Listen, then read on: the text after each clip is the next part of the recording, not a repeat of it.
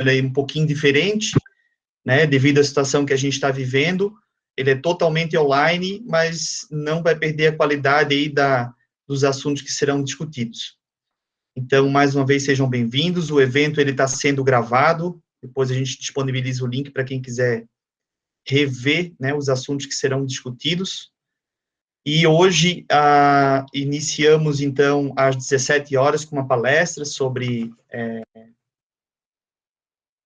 como gerenciar as emoções, e agora a gente está com um tema novo do IoT e Indústria 4.0 na prática, cases de cidades e indústrias. E para ministrar esse assunto, para ter uma conversa, a gente convida o Fabiano Hessel. Ele é professor titular da Escola Politécnica da PUC Rio Grande do Sul, pesquisador do CNPq e membro do Comitê de Assessoramento da FAPERGS para a área de computação, PhD pela Universidade Joseph Fourier, Grenoble, França.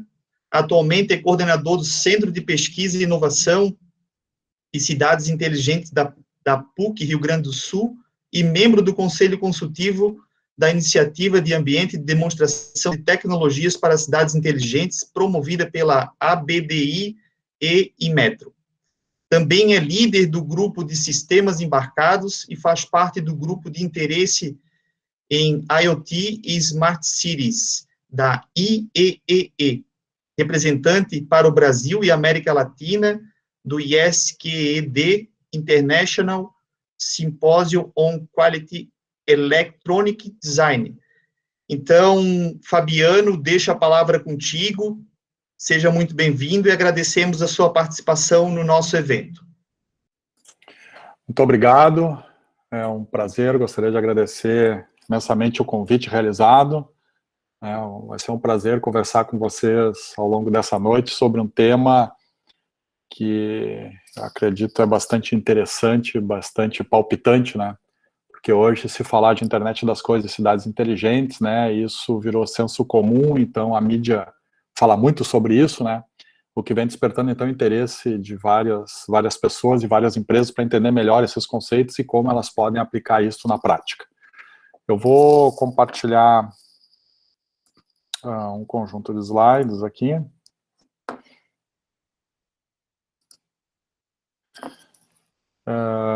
Vocês estão vendo? Sim, está compartilhado já. Está compartilhado? Então tá. Bom, muito bem. Então, o tema, como eu falei para vocês, né, ele é bastante palpitante. O tema sobre cidades inteligentes, internet das coisas, são conceitos, principalmente o conceito de IoT, né, é um conceito que ele já existe há muito tempo, né, a gente foi mudando ele de nome, né, muitos devem ter escutado falar sobre a parte de computação pervasiva, computação ubíqua, depois virou sistemas conectados em geral, sistemas embarcados, e hoje a gente chama de IoT, né? Então esse virou o nosso grande nome. E o que vem a ser, então, IoT? A primeira coisa, então, para a gente definir, a IoT ela é composta desses três atores que vocês estão vendo, né? Eu tenho coisas, eu tenho insights e eu tenho ações. Então uma coisa, quando a gente está falando em termos de IoT, uma coisa é qualquer dispositivo físico que tenha uma comunicação. Então esse já é o primeiro conceito, e uma coisa que a gente tem que ter em mente sempre, né, que a gente só consegue implementar soluções de IoT e dentro de uma vertical, por exemplo, de uma cidade, tá, se eu tenho comunicação. Né? Então, obviamente, não adianta eu ter um dispositivo instalado, por exemplo, dentro da minha fábrica, ou um dispositivo que está fazendo algum tipo de monitoramento na minha cidade, se ele não consegue comunicar os dados desse monitoramento. Então, sempre que eu estou falando de coisa é qualquer dispositivo físico que tenha um tipo de comunicação, e esse dispositivo pode fazer diferentes tipos de sensoriamento, né? Muito bem. A partir dos dados de sensoriamento, eu posso ter insights. E aí vocês costumam ver bastante na mídia, né, em geral, por exemplo, a palavra de ciência de dados, né, data science, ou às vezes regra de negócio, ou às vezes aprendizado de máquina. Né? Então, a partir de um volume de dados, eu tenho que ser capaz de extrair informação útil para mim.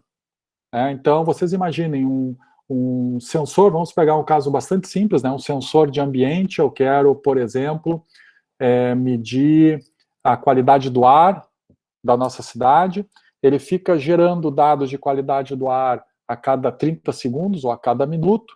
Então, vocês imaginem o monitoramento ao longo de um mês, o volume de dados que eu tenho, e como é que eu analiso isso? Eu tenho que analisar, e a partir desta análise, eu tenho que ser capaz de deduzir algumas coisas, porque senão de nada adianta meus dados, né? A gente ainda hoje vê muitas empresas e cidades tendo esses sensores instalados, e a partir disso eles colocam isso numa planilha Excel, né? E aí uma planilha Excel com várias colunas, milhares de linhas, e aí eu sempre digo, né, coloco uma pessoa ali para olhar aquilo e diz assim, bom, agora me gere um gráfico, agora me diga o que esses dados querem nos dizer, onde é que a gente pode melhorar o nosso processo. É inviável, é humanamente impossível se fazer esse tipo de coisa. Então, temos que ter técnicas automáticas para fazer esse tipo de coisa. E a partir do momento que eu sei o que eu quero fazer, né, então eu vou tomar uma ação. E essa ação se reverte, muitas vezes, em cima da coisa em questão. Então, eu preciso desta comunicação entre as coisas, que é o meu mundo físico, entre o meu sistema, que é capaz de analisar esses dados, e a partir desses dados, então, eu tomar ações de acordo com regras de negócio que eu tenho. E essas ações, então, revertem para estas coisas. Então, esse é o padrão comum, né? Muitas vezes o insight e as ações estão em ambiente de nuvem, né? Estão no sistema de cloud, e aí podemos escolher o provedor de cloud que a gente achar o mais conveniente, ou que mais se adapta, ou que mais atende às necessidades do nosso caso em questão. Eles podem estar, então, em ambiente de cloud, mas existe um movimento nos últimos 2 anos de migrar serviços de cloud para as coisas. Então, o que a gente chama de ponta, né, para dispositivos de ponta. Então, eu, por exemplo, assim, vamos pegar uma câmera de vídeo monitoramento, por exemplo, utilizada para segurança, ao invés de eu transmitir a imagem para um servidor, e o servidor, por exemplo, executar um algoritmo de aprendizado de máquina, por exemplo, para detecção facial, eu pego esse algoritmo e eu implemento ele, eu embarco ele na câmera.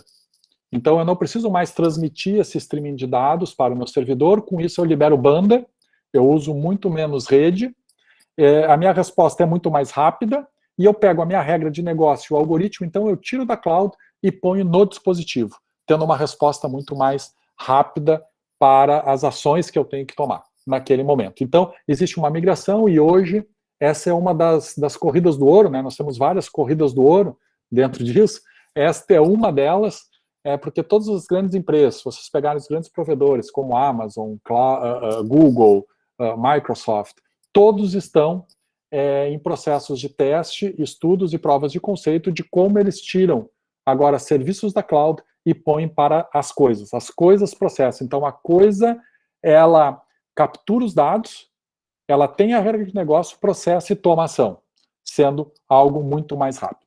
Então, o padrão hoje de IoT para os diferentes setores, vocês podem escolher qualquer vertical de negócio, eles acabam implementando, então, este tipo de ação. E isso, então, entra no que a gente chama, né, um conceito maior, que é a transformação digital. Então, hoje, muito maior, por exemplo, do que IoT, muito maior do que qualquer vertical que eu vou pegar, pode ser cidade inteligente, pode ser varejo 4.0, pode ser indústria 4.0, qualquer uma das verticais, o que nós estamos falando aqui é de transformação digital. Então, como nós implementamos um processo de transformação digital nas organizações e nas cidades. E isso tem que entender que vai impactar os negócios, né? Então, impacta, por exemplo, o processo interno daquela indústria, impacta, por exemplo, os negócios em uma cidade e impacta o cidadão. E a gente sempre tem que lembrar, né? Às vezes eu pergunto assim, né, qual é o teu conceito de cidade inteligente? Às vezes alguns prefeitos conversam comigo e dizem assim, poxa, Fabiano, eu gostaria de implementar na minha cidade uma cidade inteligente. Eu devolvo essa pergunta, né? Eu digo, mas qual é o seu conceito, prefeito, de cidade inteligente? Ou algum industrial diz assim, Fabiano, eu quero implementar um processo de indústria 4.0. Eu disse, sim. Qual é o seu conceito de indústria 4.0 e o que o senhor pretende com isso? Que resultado o senhor almeja com isso? Porque, às vezes, tanto o poder público como o empresário, às vezes ele se sente um pouco pressionado, né, até pela mídia, até pelas pessoas que estão em volta, diz, poxa, mas tu não implementou a indústria 4.0 na tua empresa? Poxa, tu tá para trás. Poxa, a tua cidade não é uma cidade inteligente ainda, mas como que tu faz uma coisa dessa? Ainda não, tu está para trás. E às vezes não é muito assim, né? Então eu sempre pergunto assim, o conceito de cidade inteligente, e se essa pergunta fosse feita para mim, a minha resposta é, cidade inteligente é aquela que o cidadão se sente bem. Cidade inteligente não quer dizer cidade tecnológica. Então, muitas vezes, algumas ações que façam com que o cidadão se sinta bem. Por que eu quero morar nessa cidade e por que eu não quero sair dessa cidade? Claro que muitas das respostas, elas podem passar pela tecnologia. Passando pela tecnologia, passando pela transformação digital, fomentando os negócios locais nessa cidade, fomentando o ecossistema dessa cidade. Então, um outro conceito interessante na transformação digital é que às vezes as pessoas pensam assim, poxa, eu estou provendo uma solução para um problema que eu vi que tem na cidade de Paris, que tem na cidade de Nova York, vamos implementar isso, ou vamos implementar aquilo. Não, nós temos que implementar soluções para os problemas do nosso povo, da nossa cidade. Se a solução que nós implementamos na nossa cidade, ela pode ser replicada em outras cidades, poxa, que bom, que ótimo. Mas, antes de mais nada, nós temos que atender a demanda e os anseios dos nossos cidadãos, de quem está próximo a nós. E não pensar em problemas, poxa, eu vi que lá na Coreia tem um sistema de reconhecimento facial e semáforo automático para carros conectados, etc., mas não é a nossa realidade. Pode ser um excelente exemplo, mas não é a nossa realidade. Nós não estamos nesse estágio ainda. Então, transformação digital é pensar também um pouco nisso. Para vocês entenderem um pouco o mercado de IoT, eu sempre gosto de colocar alguns números, que eu acho que é importante para nos balizar. Para o ano de 2021, então, estão previstos aí em torno de 1 milhão de novos dispositivos hora conectados à rede. Então, vocês imaginem o tamanho do nosso problema, e o tamanho do conjunto de dados que a gente tem. E aí eu separei aqui alguns setores, Então, por exemplo, só considerando pessoas, nós vamos ter a geração de 1,5 gigabytes de dados por dia, as pessoas geram. Seja dos seus smartphones, seja do smartwatch, seja de aparelhos, por exemplo, como Smart Fits e coisas assim. Se nós pegarmos uma Smart City, são 250 petabytes de dados. É uma ordem de grandeza muito maior. Só de dispositivos que as cidades já têm hoje e irão aumentar até o ano que vem. Fábricas conectadas em torno de 1 petabyte de dados dia. Então vejam uma ideia de tamanho, e aí quando eu digo que as pessoas ainda analisam dados com planilha Excel, vejam que se hoje já é inviável, imagina com essa quantidade de dados, como eu poderia analisar e tirar os meus insights para tomar ações. Então, este é o tamanho do nosso problema, é o tamanho de dispositivos conectados que eu tenho e o tamanho do volume de dados que eu tenho que analisar num tempo bastante curto para tomar uma ação. Se nós formos pensar em termos de mercado mundial, nós estamos falando aqui no mercado mundial em torno de 1,1 trilhão de dólares.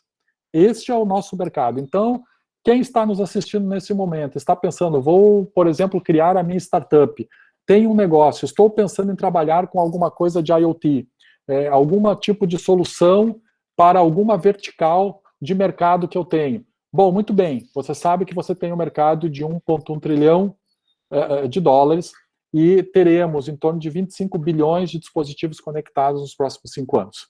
Então, esse é o nosso tamanho.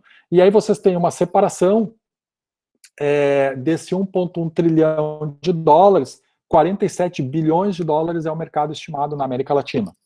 Então, esse é o nosso mercado. O gráfico abaixo, não sei se vocês conseguem enxergar o meu cursor, mas o gráfico abaixo aqui, nós temos o total de conexões.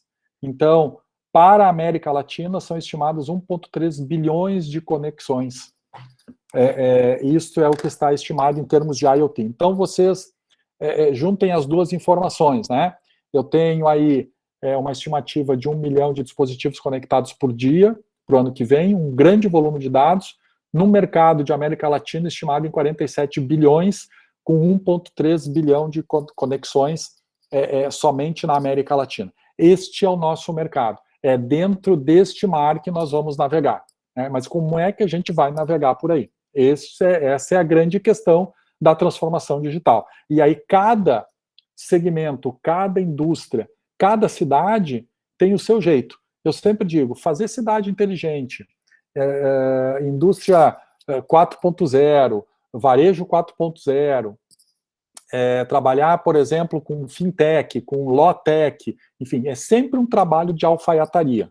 Né? Não existe uma solução de prateleira. Aqueles que vendem uma solução de prateleira, desconfiem. Não existe uma solução de prateleira.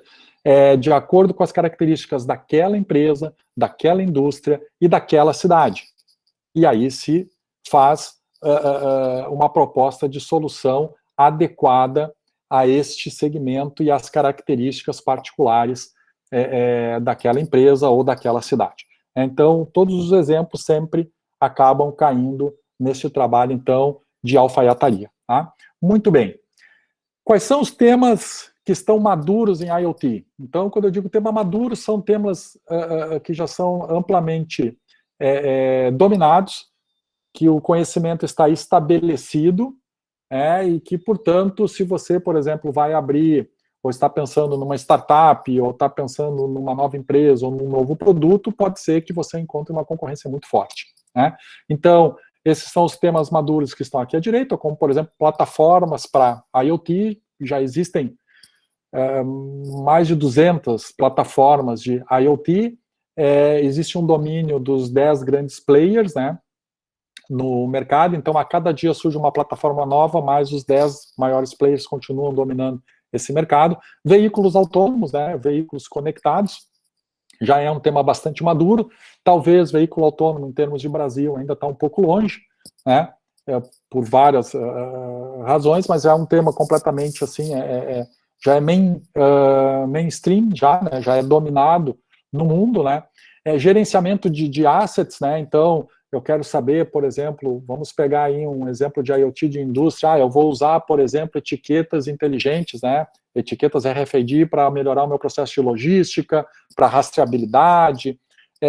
Já é um tema dominado há muito tempo, né, então já existem várias soluções para esse tipo de coisa. Em compensação, nós temos temas aqui portadores de futuro.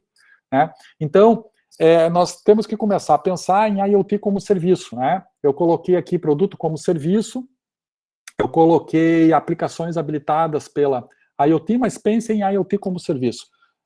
Da mesma forma como eu tenho hoje plataforma como serviço. Né? Se você vai usar, por exemplo, serviços da Amazon, da Google, da Microsoft, que você se conecta e simplesmente chama funções, imaginem isso dentro de uma concepção de uma solução IoT, que eu posso acessar. Hoje, por exemplo, eu poderia acessar câmeras de vídeo monitoramento de qualquer cidade no mundo, ou eu poderia acessar câmeras de vídeo monitoramento que estão colocadas em algumas empresas para fazer um determinado tipo de aprendizado, por exemplo. Tá? Então, são temas portadores de futuro. E aí, nesse detalhe, eu tenho uma influência muito forte de inteligência artificial. Então, hoje, a IoT, o que os pesquisadores, o que as empresas estão tentando fazer é pegar os algoritmos de aprendizado de máquina que executam em cloud computing e jogar isso para o dispositivo na ponta.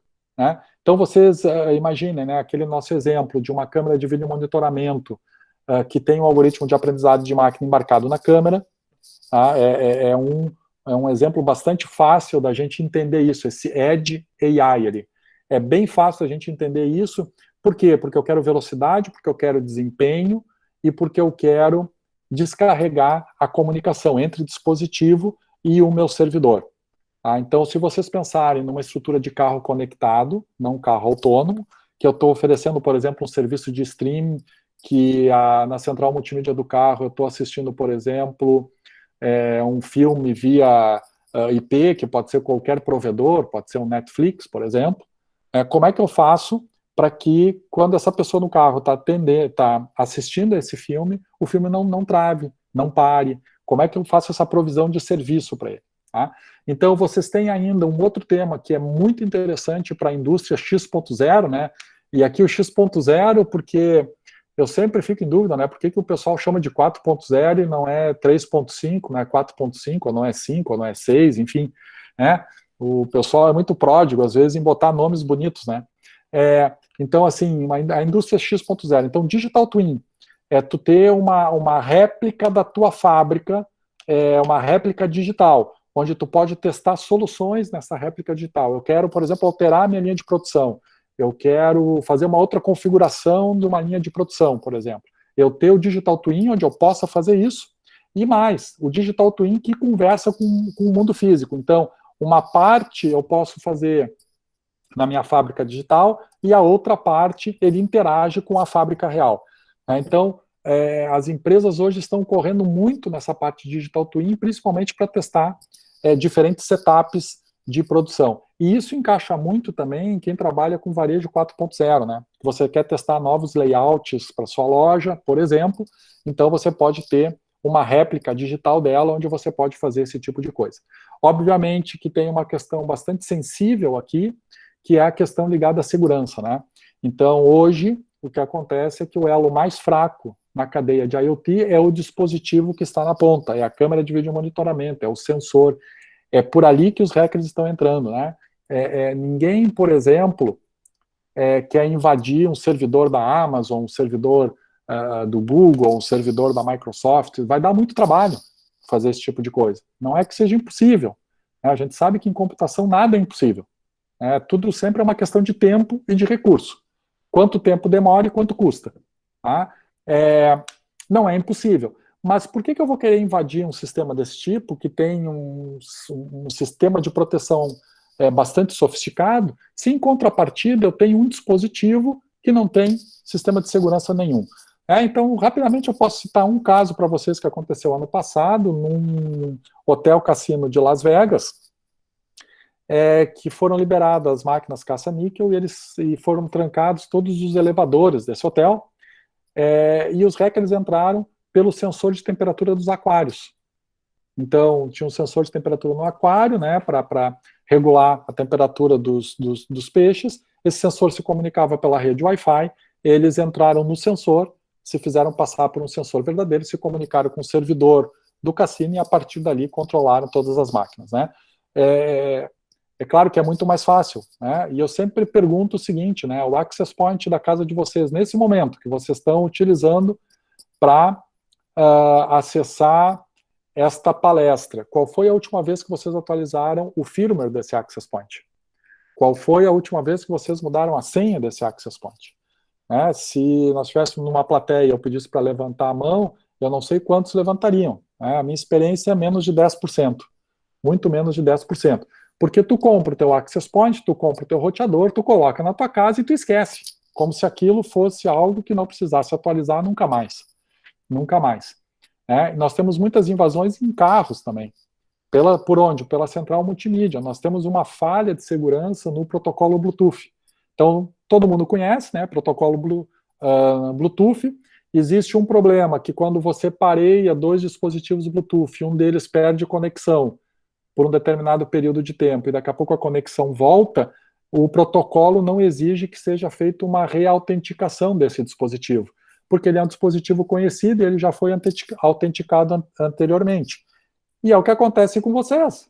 É só vocês lembrarem, quando vocês entram no carro de vocês, e vocês espelham o celular de vocês, ou o celular de vocês se conecta com a central multimídia do carro, ou com o rádio do carro, para atender as ligações. Vocês fizeram isso uma vez, né? Vocês palharam o telefone de vocês uma vez, apareceu um código, que vocês digitaram o código, e a partir dali o telefone de vocês ficou autenticado. Vocês saem do carro, a conexão é perdida, vocês entram no carro, automaticamente o telefone se conecta. Mas ele não se reautentica. E isso está na norma do Bluetooth, não é necessário se reautenticar. Muito bem, olha que porta aberta de segurança, maravilhosa para o hacker entrar. Simplesmente ele tem que se passar pelo telefone de vocês e automaticamente ele se conecta no carro, e assim eu posso fazer com qualquer dispositivo Bluetooth. O último exemplo, para nós tenho vários exemplos, né, para falar para vocês, então o último exemplo aconteceu faz um mês atrás, onde foi invadida uma cafeteira uma cafeteira caseira, dessas que a gente tem, né, para fazer café em casa. As cafeteiras hoje já se conectam com a rede Wi-Fi da tua casa, assim como a máquina de lavar roupa da tua casa se conecta na rede Wi-Fi. Muito bem, um hacker entrou em várias cafeteiras, na casa de várias pessoas, e fez um ransom.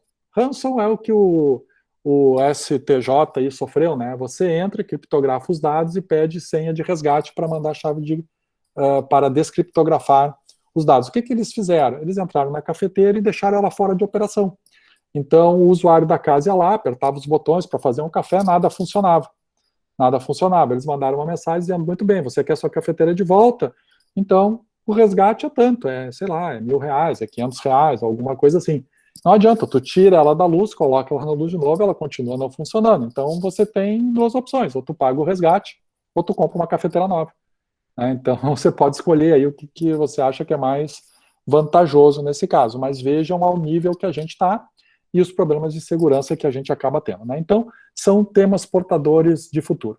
Então, para nós falarmos de alguns exemplos, né, aqui eu trouxe algumas verticais, e sempre pensando no ecossistema da cidade, né?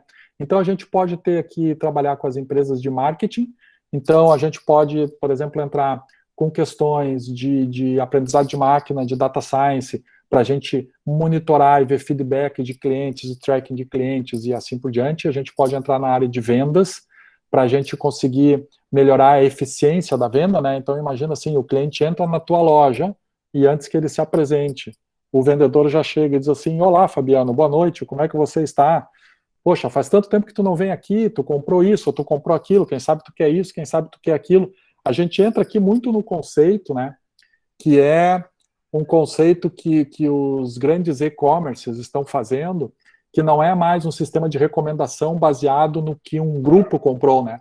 Então, hoje eu entro, por exemplo, e eu olho um determinado produto, e o e-commerce me recomenda assim, olha, todos que viram este produto também viram esse, também viram aquele, todo mundo que comprou isso também comprou aquilo. Isso as pessoas não querem mais, né? Elas não querem mais ser tratadas como um grupo. Hoje, o que a gente quer é o que a gente diz que é o sistema de recomendação, que é 1 para 1 aplicado a milhão, né?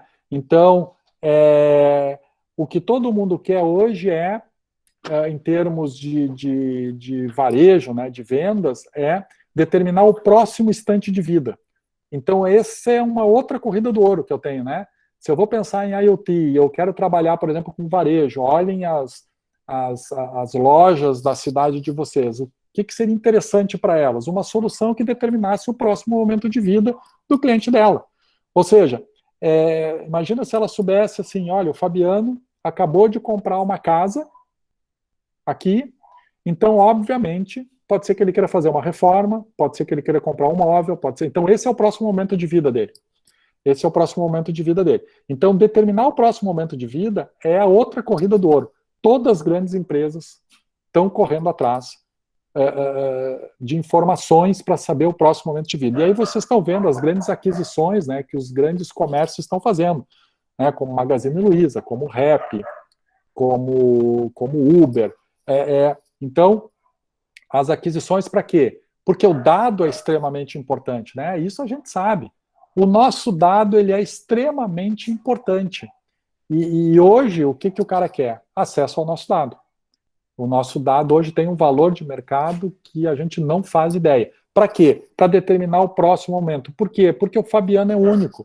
Se eu compro hoje, por exemplo, na loja A, e eu me relaciono com a loja A, se eu entrar na loja B, ela não sabe os meus dados da loja A. Então ela acaba me oferecendo coisas que eventualmente eu não quero, porque eu não tenho esse tipo de relacionamento com eles. Né? O que a loja B quer e o que a loja A quer é saber a vida do Fabiano, para determinar o próximo momento de vida. Então, melhorar a eficiência na venda, passando por um perfil 1 para 1, aplicado às milhões de pessoas, esse é o novo insight que eu tenho. E, obviamente, quando eu entro em contato, né, então hoje, por exemplo, quando eu entro em contato com o serviço de atendimento ao consumidor, na grande parte das empresas, até em termos de Brasil, hoje eu estou falando com chatbot, né? Então eu estou falando lá com uma atendente eletrônico, E eu não estou falando com uma pessoa, mas como é que eu consigo determinar o perfil do Fabiano? Então, a partir dessa interação que eu estou fazendo com o meu chatbot, como é que eu determino o perfil dele para, de novo, né? Eu quero sempre assim, eu quero determinar o próximo momento de vida dele. E aí, engenharia social também funciona muito bem, né? Engenharia social funciona muito bem em cima de redes. Mas ela funciona, eu digo assim, ela funciona para o bem e ela funciona um pouquinho para o mal, né? Porque aqui também entra questões de segurança. Tem um exemplo bastante interessante, uma grande empresa de segurança nos Estados Unidos, ela faz um evento anual, ela tem atuação mundial, ela chama todos os seus consultores de segurança, que dão consultoria para as grandes empresas do mundo sobre segurança, conectividade, comunicação, etc., para fazer a reunião de fechamento do ano. Há 2 anos atrás, eles contrataram uma jovem de 15 anos, especialista em engenharia social, para fazer um teste com os consultores de segurança dessa empresa. Que foi o seguinte, né? Ela tinha que mandar um e-mail, como se fosse o presidente da empresa, com um arquivo PDF anexado, e eles queriam ver quantos clicariam naquele arquivo. Tá? Então, são em torno de 1.000 consultores no mundo inteiro, chamaram para São Francisco, estavam no evento, e o que essa menina fez? Primeira coisa que ela fez, uma engenharia social em cima das redes sociais do presidente da empresa, para identificar como ele escreve, como ele se comunica, que lugares ele vai, porque, de novo, né, nós somos muito preocupados com a nossa privacidade, mas, no entanto, expomos a nossa vida em todas as redes sociais. Né? Estou nesse restaurante, comi esta comida, olha que legal, viajei para cá, encontrei meu amigo, e etc. Ela fez uma engenharia social, ela criou um e-mail exatamente igual ao e-mail do presidente, só que ela subtraiu uma letra do nome da empresa, né? E mandou um e-mail dizendo o seguinte: olá, bem-vindos ao nosso evento anual, é um prazer tê-los aqui conosco, espero que vocês estejam aproveitando esse evento. Anexo os nossos resultados do último quarto e as metas para o próximo quarto. Bom evento a todos, assinado Fabiano, presidente da empresa tal. 98% clicou no arquivo PDF e abriu ele. 1.000 consultores de segurança que atendem as maiores empresas no mundo. Então, determinar perfil do cliente e como eu posso fazer. Então, uma outro tema bastante interessante que eu tenho em termos de indústria, em termos de empresa, é na parte de fintech, então, redução de custos, otimização de operação e, mais do que isso, né, decisão baseada em dados. Né? Então, isso se aplica para a indústria, mas isso se aplica também para a cidade. Né? Eu ter condições de monitorar os dados da cidade e, em cima disso, eu tomar as minhas decisões. Né? Às vezes a gente vê decisões, por exemplo, se eu vou... Pega um exemplo aqui bem simples. Se eu vou inverter a mão de uma rua na cidade para melhorar o congestionamento ou não. Ou se eu vou aumentar o tempo de sinaleira ou diminuir o tempo de sinaleira para melhorar congestionamento ou não. Mas baseado sempre numa observação empírica, né? Não, a gente acha que é assim. A gente botou um observador lá que sentou numa cadeira com uma planilha no papel e ficou anotando, né? Olha, passou tantos carros, agora passou tantos carros, agora passou tantos carros, então deve ser isso, né? Então, uma decisão baseada em dados, né, em modelos matemáticos que a gente consiga simular isso e que efetivamente a gente vai conseguir atender aos anseios da população. Né? A gente, então, trabalhando uma outra área que tem uma demanda muito grande, hoje está muito em voga, muito na mídia, que é a do varejo 4.0, então com as empresas tentando se reinventar, não só pela pandemia, mas antes disso, né? Existia uma preocupação muito grande das grandes empresas no Brasil, que têm grandes superfícies, áreas físicas nas suas lojas, e eu acredito que todos vocês já devem ter pensado em 2 ou 3 exemplos dessas empresas, que é o que elas fariam com essas grandes áreas nos próximos 10 anos. Né? Foi um movimento que começou nos Estados Unidos, e vocês devem ter observado os grandes shoppings americanos cada vez mais com espaços vazios, com as pessoas entregando as suas lojas, e essas grandes superfícies preocupadas com a seguinte questão: o que fará o meu cliente sair de casa e vir até a minha loja? Não é a compra mais, porque hoje o que o cliente faz? Né? O cliente hoje está usando a loja para fazer uma experimentação de um produto. Né? Ele vai na loja, ele olha lá uma roupa, por exemplo, que ele quer ver o tamanho, a qualidade do tecido e esse tipo de coisa, ele sai, senta no banco ou no café que está na frente da loja, vai para a internet e compra online. E muitas vezes não compra no marketplace da loja que ele acabou de consultar, compra no concorrente dele. Então a loja vira um grande espaço de experimentação. E isso preocupa muito os grandes varejistas que têm lojas espalhadas pelo Brasil inteiro com grandes superfícies. Como eu vou atrair as pessoas para a minha loja? Então, a atração está sendo pensada muito assim em sistemas de entretenimento para os adultos, né? O que faria o Fabiano? O que faria o Fabiano, por exemplo, ir a esse shopping nessa grande superfície? Porque não vai mais ser para comprar o produto que aquela loja me oferece, porque isso eu já fiz pelo meu smartphone na minha casa. Então, é um ambiente de experimentação. Então, essa é a nova revolução que vem, independente de ter pandemia ou não ter pandemia, o que vai ocorrer é isso. Então, você, por exemplo, implementar técnicas de realidade virtual e de realidade aumentada, por exemplo, ou sistemas de entretenimento para adultos para chamar a atenção. Então, eu chamo a atenção, ele vai lá pelo sistema de entretenimento, mas daqui a pouco aquela poltrona que ele sentou, ele diz, poxa, que coisa confortável, eu gostaria de ter na minha casa. Então, simplesmente ele pega o celular dele, bate o QR Code e a compra está feita e vai ser entregue na casa dele daí a 1 ou 2 dias. Né? Então, coisas do gênero.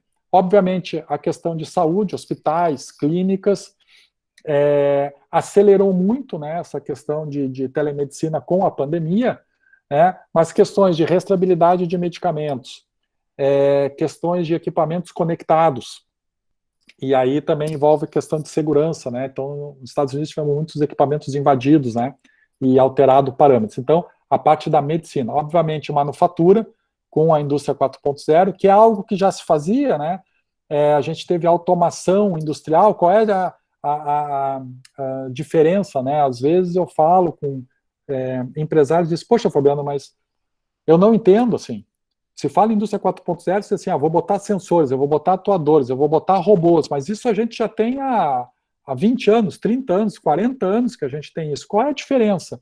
Eu disse, Tchê, a tua diferença agora é bastante simples, né? Agora tu tem um sistema que consegue automaticamente analisar esses dados e agir de forma automática que antes tu não conseguia. Tu abandonou a tua planilha Excel, tu está com um sistema de ciência de dados em cima disso, que te dá um insight correto, e muitas vezes tu não precisa interagir, tu não precisa gerar um relatório para o teu gerente para ir no chão de fábrica. Eu me lembro uma vez, eu visitei a fábrica da Mitsubishi no interior de Goiás, em Catalão, onde eles estavam implementando um sistema de RFID para a montagem do carro. Então, no sistema automático, ele disse assim, poxa, Fabiano, o meu problema aqui é o seguinte, né? Eu estou trabalhando com o sistema Kanban, então tem o cara aqui que tem 10 motores, né? O que acontece?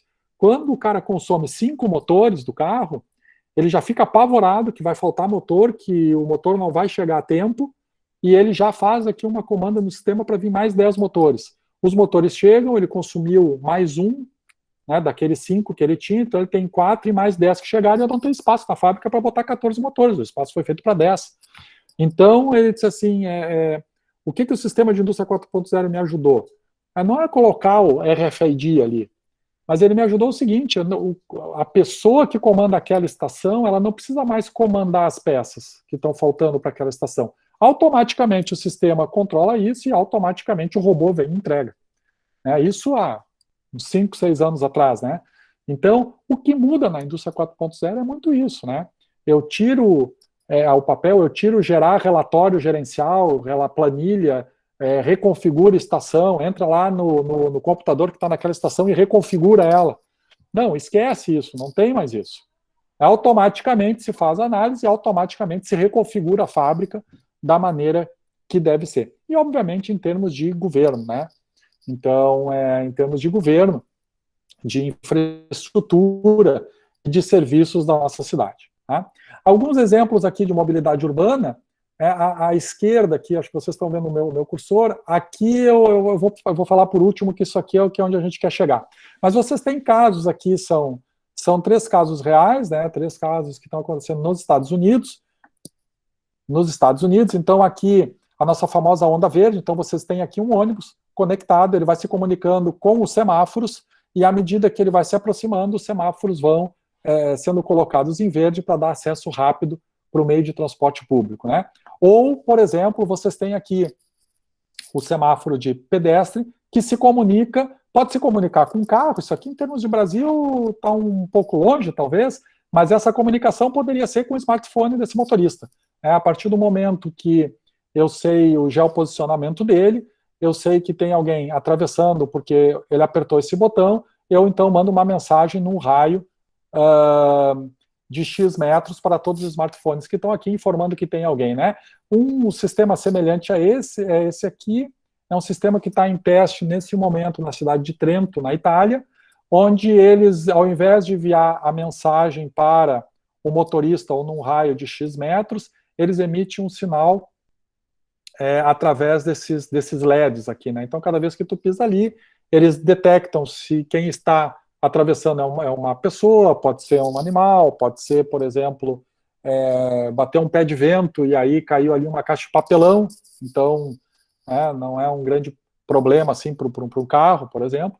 Então eles estão testando isso, aqui faz parte de um projeto europeu, e aqui vocês têm um outro sistema, né, que é parecido com esse, que também a placa, né, ela tem um sensor que ela acaba se comunicando aqui ou com o carro ou com o smartphone do motorista. Por que eu falei isso aqui? Onde é que a gente quer chegar? Hoje, o estado da arte, e aí entendam assim, né, o estado da arte ele está um pouquinho longe, tá? Mas a gente sempre tem que olhar para o futuro, onde é que a gente quer mirar, e vamos implementando passo a passo. Tem muitos passos para chegar até essa figura aqui do lado esquerdo, que é um sistema sem semáforos. Então, os carros eles se comunicam entre si e eles decidem quem passa no cruzamento em que momento. Em termos de Brasil e até de cultura, a gente está um pouquinho longe, porque isso mexe com a cultura das pessoas. Imagina hoje, por exemplo, você chegar no cruzamento e vou receber a informação, recebe a informação pela central multimídia dizendo assim, aguarde. Quantos de nós ficaríamos parados no carro aguardando até que a central multimídia dissesse, ok, agora você pode atravessar. Mas isso é o que está sendo feito, tem algumas provas de conceito em laboratório, para se chegar num futuro, num sistema onde eu não tenho semáforos e os carros, né, os automóveis, eles coordenam a passagem entre eles, né, trocam informações entre eles e coordenam automaticamente isso. Vocês têm um outro exemplo aqui, né, e quando se fala de Espanha, se fala muito de Barcelona, um exemplo bastante conhecido de uma Smart City, mas eu gosto muito de Santander. Então, Smart Santander foi uma cidade que começou o seu planejamento para se transformar numa cidade inteligente muito antes de Barcelona. Barcelona ganhou muito a mídia, né? Barcelona é muito midiática, mas Santander começou muito antes disso.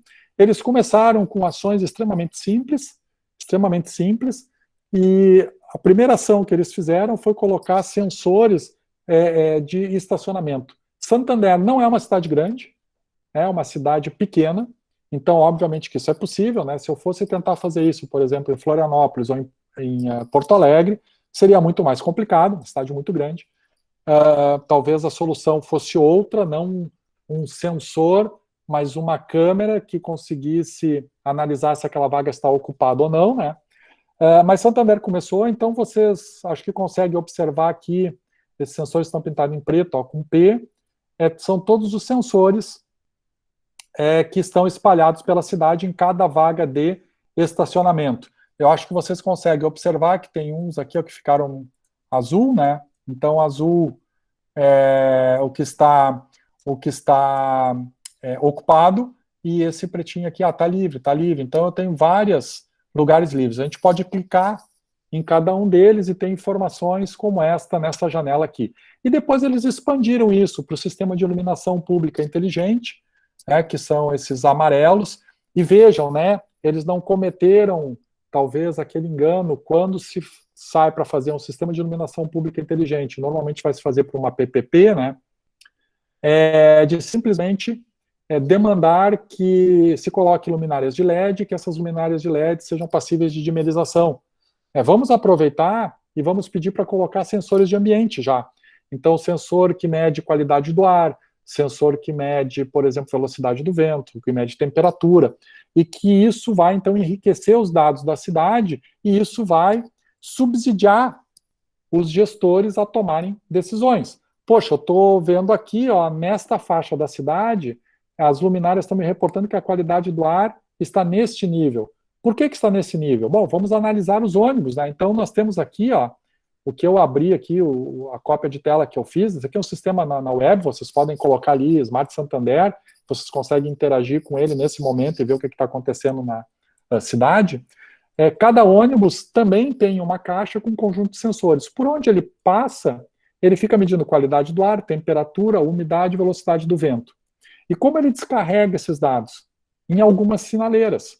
Então, ele tem alguns semáforos, quando ele para perto desse semáforo, esta caixa se comunica com o semáforo e envia todos os dados que ela tem armazenado. Então, aqui vocês têm, ó, além dos dados de velocidade, eu não sei se ficou pequeno, vocês têm aqui, ó, CO2, partículas, ozônio, temperatura, umidade, odômetro dele, velocidade, ele está parado nesse momento, pode ser uma sinaleira e tal. Então, vocês têm esse tipo de coisa. Tá? Então, vejam, e vocês têm ainda aqui alguns sensores que informam, por exemplo, assim, ó, que eu não tenho sensor de ambiente no ônibus, mas eu tenho sensores aqui na orla, em alguns pontos da cidade, com dados abertos, todos podem acessar, todos podem colocar provas de conceito em cima disso. E aí é uma gestão baseada em dados, né? Uma gestão baseada em dados. Muito bem, em relação a estacionamentos, né? Esse estacionamento aqui é na Europa, talvez esteja um pouco longe do que a gente consiga fazer, mas tem algumas coisas bem bacanas, como essa aqui, né? Então, em épocas aí de energias renováveis, deu transformar, então, o meu estacionamento, a cobertura, né, e eu acredito que vocês já viram vários exemplos, no Brasil nós temos vários exemplos, tanto para carros elétricos, que agora a nossa frota no Brasil está aumentando de uma maneira exponencial, né, de carros elétricos para carregar, mas para reverter, né, essa energia para outras coisas. Tá? E vocês têm um sistema para cidades grandes, que ao invés de eu botar no meu estacionamento o sensor físico, eu trabalho com a câmera, né, então esta figura aqui. Então, eu trabalho com processamento de imagem e aí eu sei que vaga está ocupada e que vaga está livre. Aí é uma outra possibilidade que a gente tem. Exemplos de varejo X.0, né, esse aqui é um sistema, por exemplo, do Google, que eu acho que vocês já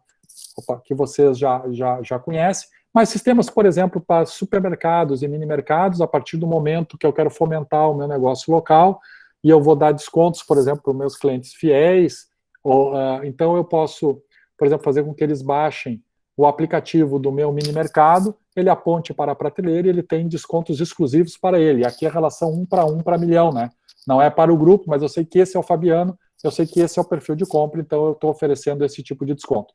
Pode ser para uma loja de alimentos, pode ser para uma loja de roupas, por exemplo, pode ser para produtos. Eu quero saber, por exemplo, nesse café, a composição desse café. Então eu aponto e aí eu venho todas as informações nutricionais, qual é a comanda, o que eu pedi, qual é o nome do café que eu pedi. Esse aqui é um cappuccino XYZ, por exemplo, e se eu quero comprar este pó para fazer em casa, qual é a loja mais próxima que vende isso, se é o próprio café que eu estou, que eu não estou. Então, vejam, são exemplos bastante simples, mas que fomentam o negócio local. Imagine aí os cafés na cidade de vocês com essa funcionalidade bastante simples e o improve que dá para o cliente. Assim como comprar frutas, por exemplo, verduras. E esta app aqui, que acho maravilhosa, é uma foto da app da IKEA. IKEA é uma loja do norte da Europa. Agora eu sei que foi lançada aqui, a Tok Stock lançou no Brasil a mesma coisa. Então eu vou aqui, o que ele está fazendo? Né? Ele está comprando um móvel ali, vocês estão vendo um sofá verde. Qual é a nossa dificuldade? Né? Imagine, acabei de comprar uma casa aí na cidade de vocês, e eu quero comprar um sofá. O que eu vou ter que fazer? Eu vou ter que ir até a casa, eu vou ter que medir, isso aqui dá um sofá de 2 lugares, isso aqui dá um sofá de 3 lugares, isso aqui tá. Eu vou na loja, e chega lá na loja, poxa, não, mas para aí, será que esse aqui entra? Será que vai dar? E essa cor, qual será a cor que fica melhor? Qual será a melhor disposição? Esquece. Hoje você pega a app, você aponta para a sua sala, ou para o cômodo que você quer botar o móvel, você tem aqui embaixo os móveis disponíveis, sofá, puffs, cadeiras, poltronas, você seleciona, você posiciona virtualmente na sua sala, escolhe a cor, aqui você tem a escolha de cores, né? Aqui tem verde, vermelho e um preto, né? Você posiciona e automaticamente você gostou, você aperta o botão comprar debita no seu cartão de crédito e você vai receber em 2 dias. Então, hoje, lojas de imóveis, eu não preciso mais ir na loja. Por que eu vou na loja para escolher se eu posso fazer tudo em casa? E isso é o que eu estava falando antes, né? A experiência do cliente. Por que eu preciso de um grande espaço físico para colocar uma quantidade enorme de modelos, por exemplo, de imóveis, sofás, mesas, guarda-roupas, cozinhas, etc., se eu posso simplesmente colocar tudo isso dentro do mundo virtual e dou uma experiência diferente para o meu cliente. E eu fomento o negócio local. Tá? Um outro exemplo que eu tenho em relação às cidades de coleta de lixo, isso aqui está sendo experimentado na cidade de Madrid, além dos métodos tradicionais, né? De eu ter o meu caminhão rastreado, de eu ter o meu coletor de lixo com sensores para saber se está cheio, está vazio, de eu poder trocar a rota do caminhão automaticamente. Daqui a pouco ele está numa rota, mas tem um container de lixo que está a 2 quadras ali, que não está na rota dele, dizendo assim, cara, tô cheio, tem que vir aqui pegar o lixo, cara, não entra mais nada. E eu consegui desviar porque eu faço um cálculo, né? Quanto o caminhão consegue carregar? 1 tonelada. Quanto está ocupado agora? 700 quilos. Na rota dele, daqui até o último coletor que ele tem que pegar, quanto tem de resíduo? Tem mais 100 quilos. Por quê? Porque eu interpelei todos os coletores até lá, dizendo o seguinte, cara, me manda quanto de lixo tu tem. Tem mais 100 quilos. Esse que está cheio também tem 100. Bom, se ele está com 700, eu vou pegar 900, está na carga, desvio ele e faço ele pegar. Então esse é um sistema que já existe na Espanha, por exemplo, eu visitei ele, em todas as cidades da Espanha existe, e eu posso automaticamente, pelo meu smartphone, saber se o caminhão está próximo da minha rua, não está próximo, está lotado, não está lotado, interpelar o motorista, né? O gestor público pode ter esse tipo de dado, mas agora eles estão fazendo esse tipo de coletor. Você não tem mais o depósito aqui local, você abre a tampa, coloca e isso é sugado. Isso é sugado e você tem canos subterrâneos que levam direto para as usinas de reciclagem, por exemplo. Então não precisa, em algumas áreas do centro das cidades que fica difícil do caminhão entrar, eu boto esse tipo de coletor que suga o que é colocado e automaticamente já larga no lugar. Né? Então aqui vocês têm, né? Assim como vocês têm aqui os canos aqui de água, e etc., vocês têm aqui solid waste. Então, aqui, este cano é o que está ligado no coletor e diretamente eu passo. Isso é muito factível de ser implementado. Em relação à indústria 4.0, né, eu trago aqui um exemplo de um projeto que nós estamos finalizando, que é um projeto com a comunidade europeia, que diz respeito, então, ao sistema de manufatura aditiva baseado em impressoras 3D. O nosso caso de uso foi a ThyssenKrupp e a Embraer. Então, o sistema basicamente foi o desenvolvimento de uma plataforma IoT, onde se recebe ordens em tempo real e se manda imprimir as peças de um elevador ou as peças de um avião em um determinado centro de distribuição. Então, ligando impressoras 3D com robótica para manufatura aditiva, nas diferentes partes do Brasil. Muito bem, mas eu sempre provoco, nós temos que ir um pouco além. Então eu trago o exemplo aqui de um poste de iluminação, como eu falei para vocês, ele não precisa simplesmente fornecer luz, mas ele pode fornecer informações. Este poste aqui foi uma prova de conceito que a GE fez há uns 5 anos atrás em Times Square, em Nova York, onde eles colocaram uma tela de LED que interagia com o cidadão, então eu tenho uma câmera aqui, aqui assim tá a câmera, então quando te aproximava, ela identificava se era homem, mulher, novo, jovem, e etc., e fazer algumas perguntas. Eles colocaram um chatbot lá e faziam algumas perguntas, as pessoas se surpreendiam, mas você tem aqui nesse poste uma série de informações, além de informações de ambiente. Eles tinham um sensor aqui de água, por exemplo. Vamos imaginar que seria possível que Times Square alagasse, né? Então, eles tinham aqui um sensor de água para saber se a água chegou neste nível ou naquele nível, botão de pânicos, né? A câmera, então, alguém aperta o botão de pânico, automaticamente a câmera começava a seguir aquela pessoa, se comunicava com a guarda municipal mais próxima, e aí vocês tinham diferentes estilos aqui de luminárias, né? Até se pensar coisas no futuro de equipamentos de ginásticas públicos que automaticamente transformasse, né, o esforço que a pessoa faz em energia que vai iluminar isso à noite. Tá? Eu tenho agora mais 3 slides para encerrar. Eu gostaria de mostrar para vocês esse vídeo de uma startup canadense e está relacionado com fintech, para daqui a pouco, quem sabe, vai surgir uma solução semelhante aí, né, para serviços financeiros.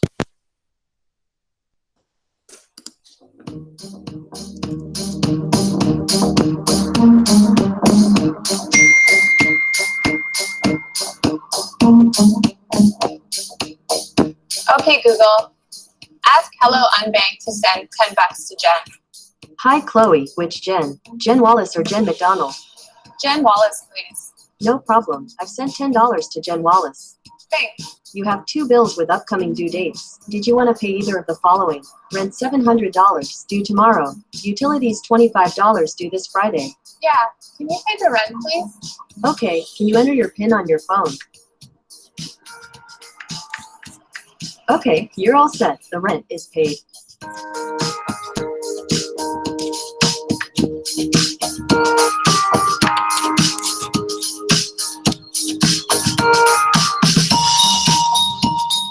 Did you know I can help you save money for your next trip? I could add a small amount to every transaction, or you could choose how much you want to save.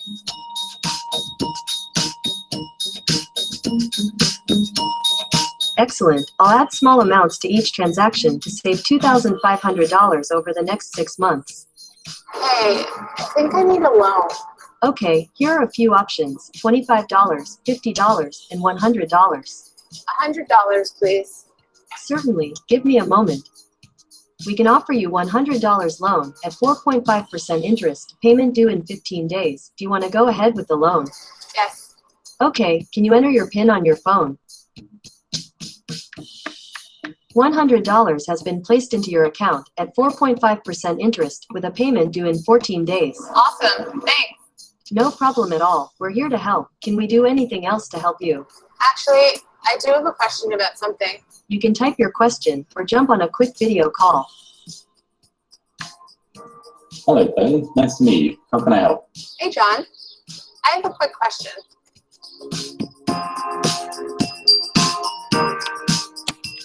Então vejam, né, que são completamente diferentes, uma interação completamente diferente e que é plenamente possível se fazer uma prova de conceito aqui, né?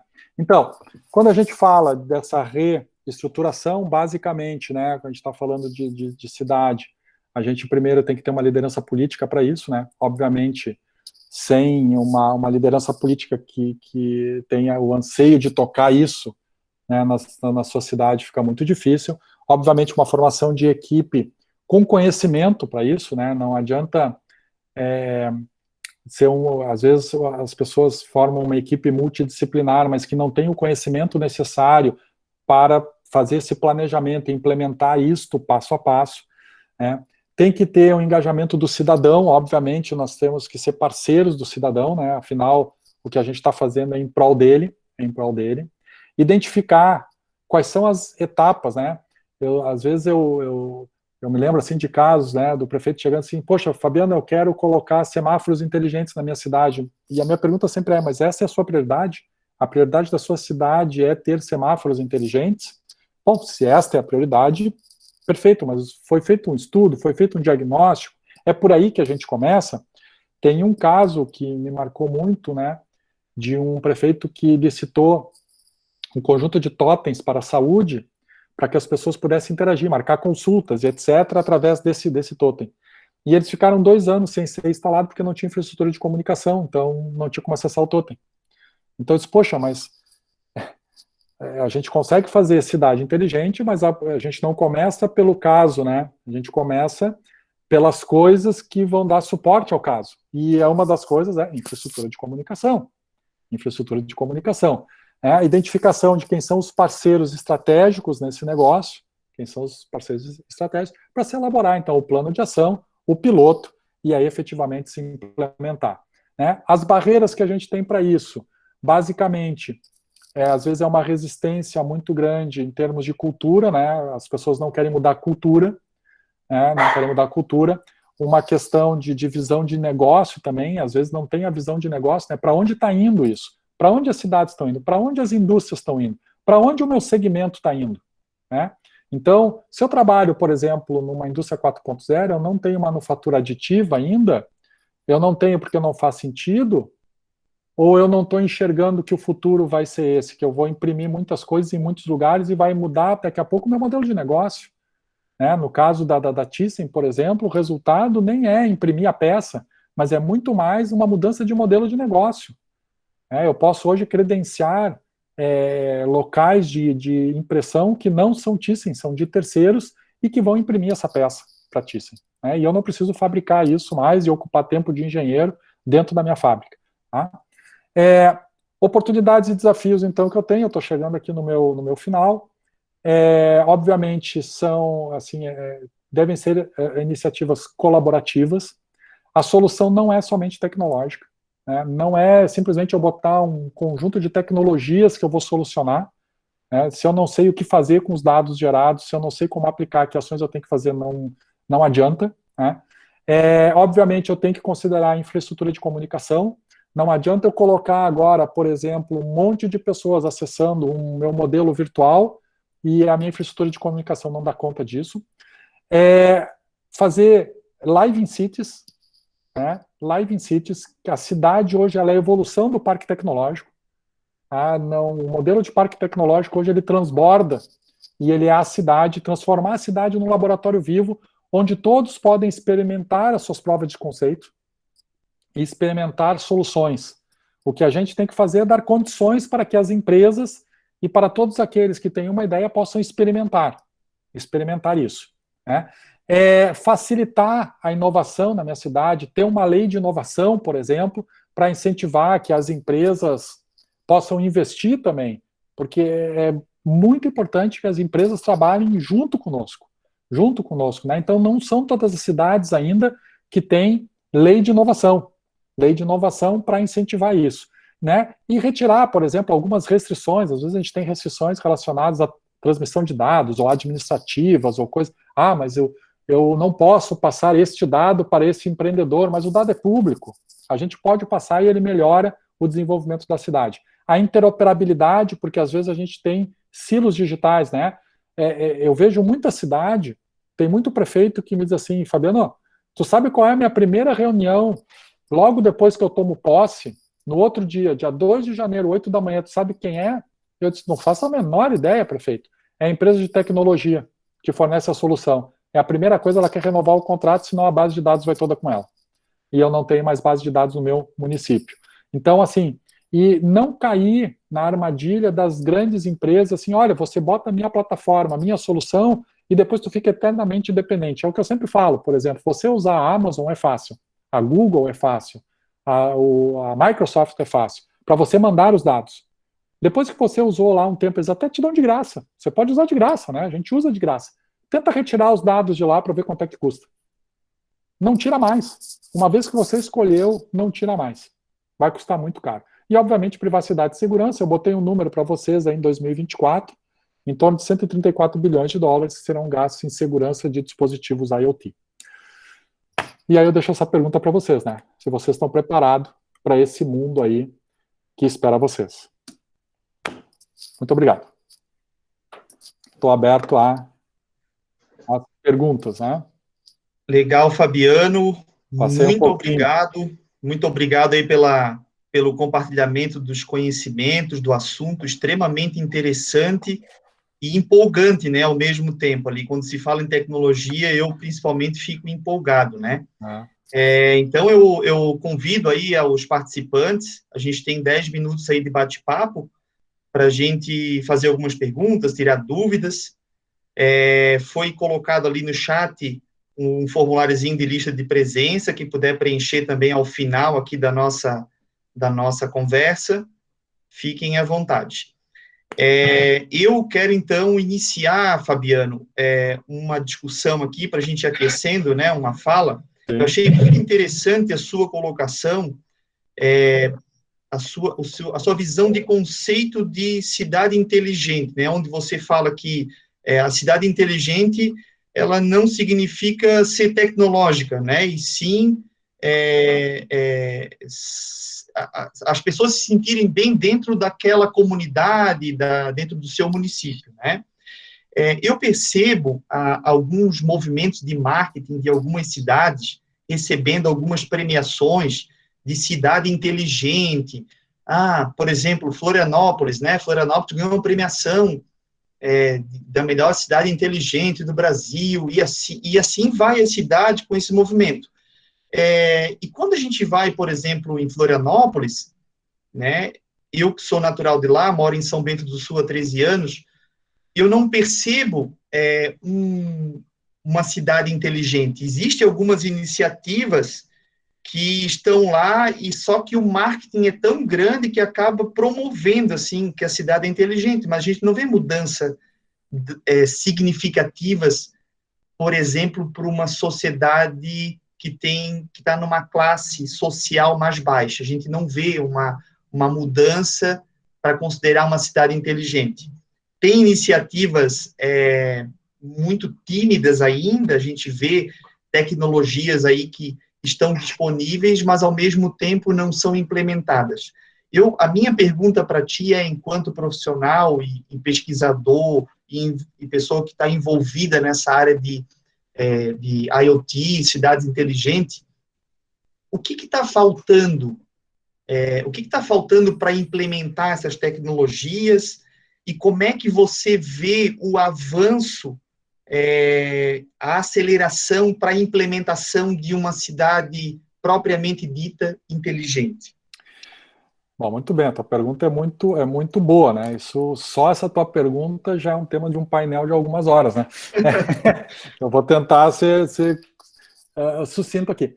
É que eu acho assim, ó, existe uma questão aqui que é do tipo, vamos fazer qualquer coisa para ficarmos na mídia, sendo bem claro isso. E não existe muito assim um planejamento, porque eu acho que assim, que uma cidade, quando ela resolve fazer a sua transformação digital, e eu vou tentar me furtar agora do nome inteligente, né? E isso foi uma chinelada que eu levei. Eu estava conversando com o responsável pela inovação da cidade de Madrid há uns 3 anos atrás, para entender como é que Madrid estava se posicionando e etc. Ele disse, Fabiano, nós não chamamos de cidade inteligente, porque se uma cidade é inteligente, quer dizer que tem um monte que não é. E ele disse, no passado, a gente não chamava assim as cidades eletrificadas e cidades não eletrificadas, né?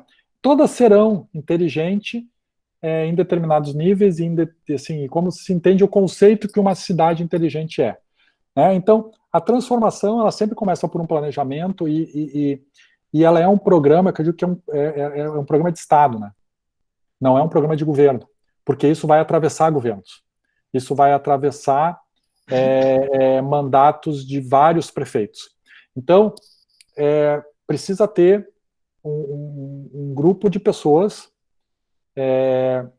que pense, estou tentando achar umas palavras bonitas aqui, né?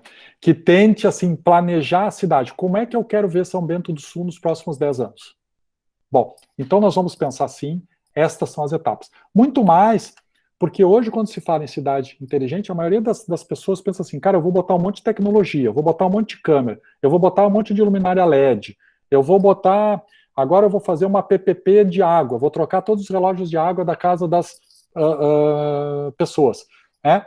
E aí, isso o que vai acontecer, cara? Isso eu vou conseguir tirar um monte de foto. Então, tiro um monte de foto, sai um monte da mídia, mas efetivamente ninguém conversou com o cidadão quando eu digo assim, cara, tem que envolver o cidadão no processo. Tem que chamar as empresas também para o processo. Tem que chamar a pequena e a média empresa, o pequeno comércio, e dizer assim, cara, nós temos que nos ajudar.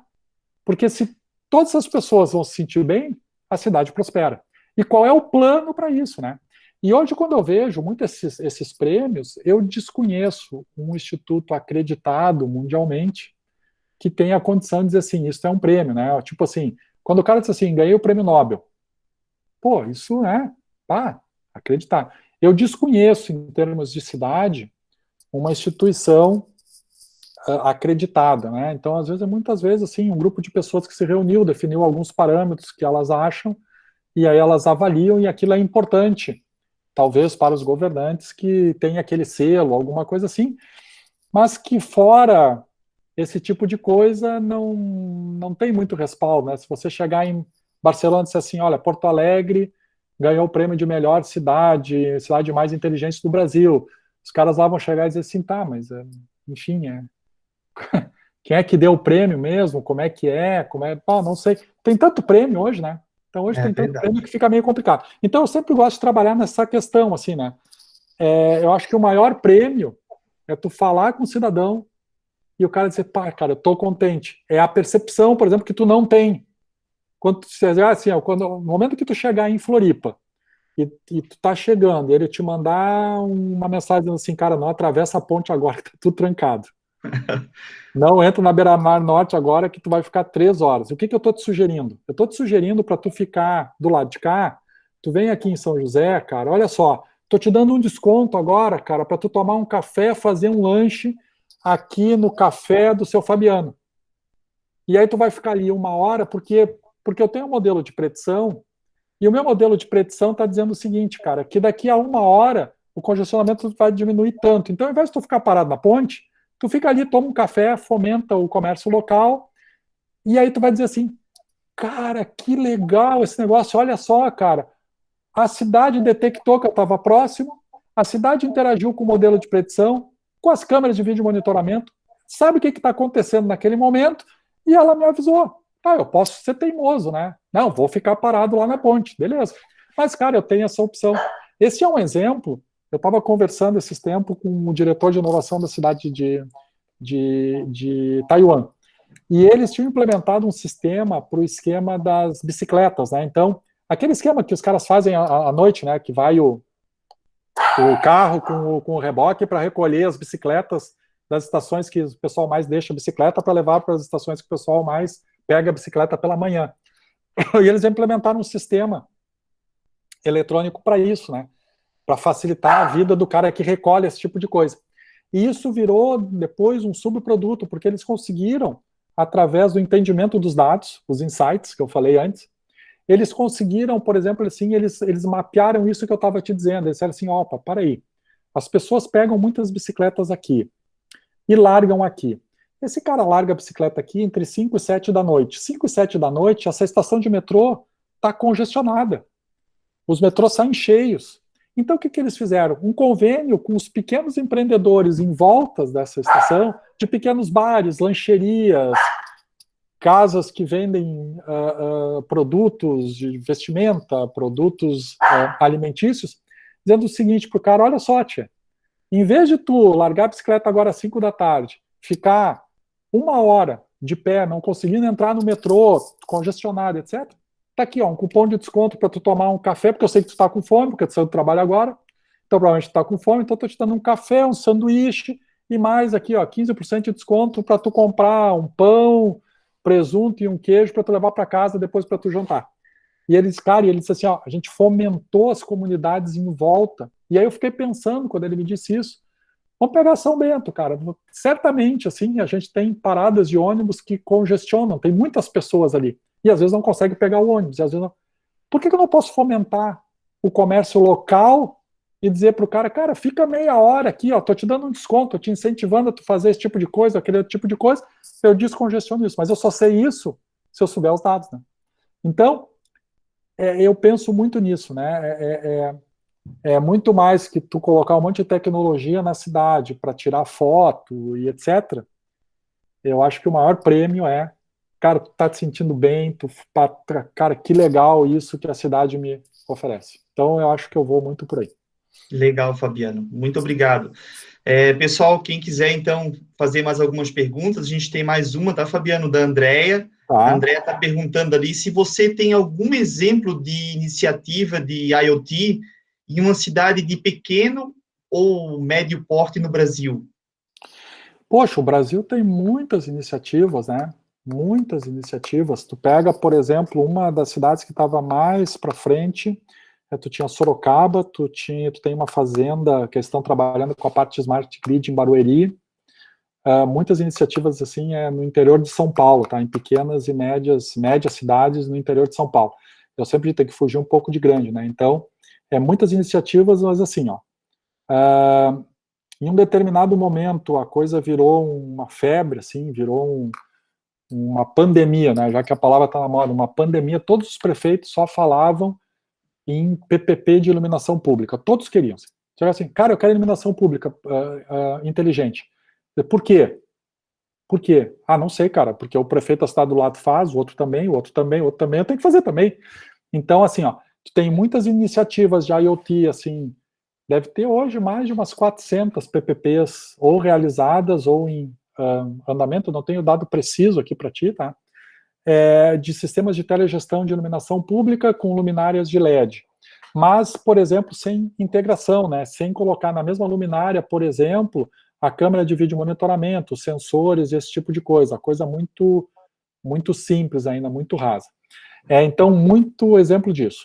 Muito exemplo o que vai entrar agora, a nova onda que todos os prefeitos vão começar a querer, é a PPP das águas, né? Então, trocar o nosso relógio de água para que a telemetria seja automática e automaticamente transmita, né, o dado do nosso relógio para a concessionária.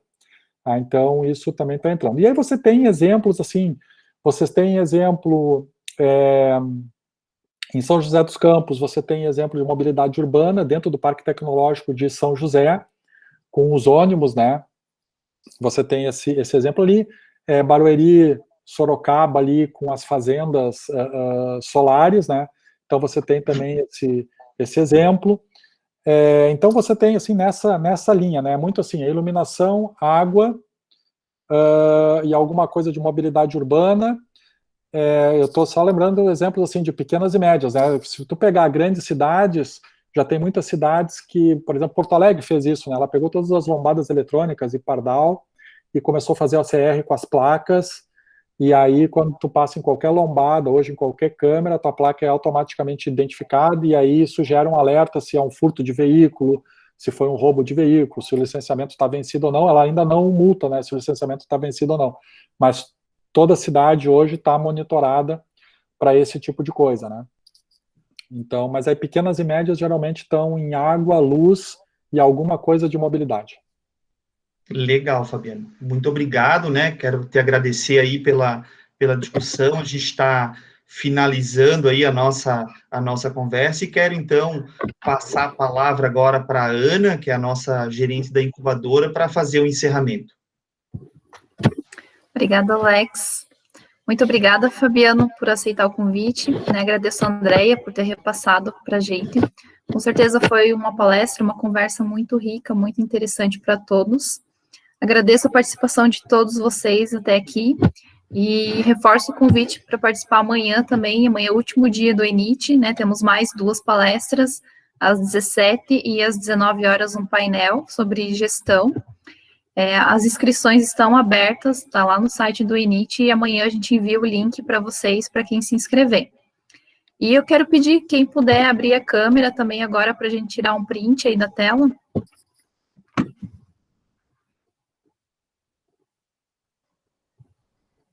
Dá um tempinho aí, pessoal. Legal.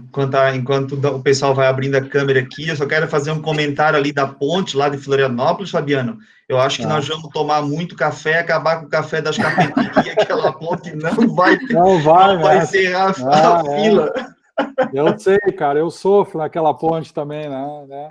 Vai faltar promoção e desconto para comprar no comércio aquela ponte, é impossível. Não dá, né, cara? Não, e a SC ali, que vai da beira-mar lá para os ingleses, e pá, cara, aquilo ali, tchê, é um problemaço, né? Aquilo ali também é um problemaço. Mas enquanto o pessoal abre, né, eu gostaria de agradecer enormemente aí a Andréia, a Ana, pelo convite, pelo contato. Eu fico à disposição, vocês têm o meu e-mail ali, querendo entrar em contato, enfim.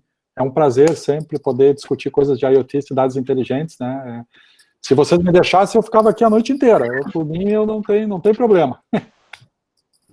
Com certeza, para ano que vem, a gente vai conseguir fazer mais algumas ações aí sobre o tema.